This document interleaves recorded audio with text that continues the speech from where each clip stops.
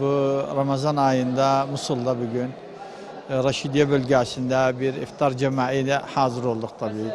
Hamdolsun bu güzel bir toplantıydı, güzel bir görüşmeydi. Bütün milletimiz, bütün yerlerden gelen arkadaşlarımızı hepsini bir araya, bir sıfıraya davet etmiştir.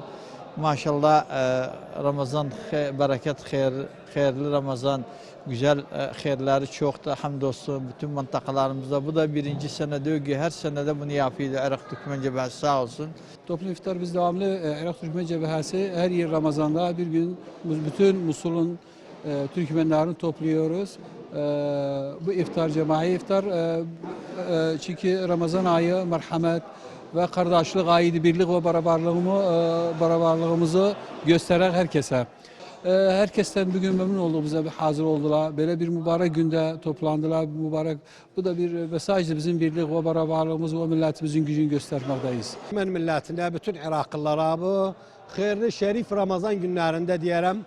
Ramazanınız hayırlı olsun. Allah orucunuz kabul etsin. Allah taatınız kabul etsin. Allah zekatınız ve bütün ibadatınız Allah kabul etsin. Bir gün sağ olsun Irak Türkmen Cebhesi Musul kolu bizi davet elədi bu futur akşam yemeğine. Biz de ona göre geldik, görüştük. Burada olan arkadaşlarla, milletle görüştük. Benim millete ve bütün Irak Türkmen Cebhesi'nde sorumlu olanlara, yetkili olanlara mesajım budur. Millete bir gözde bakın.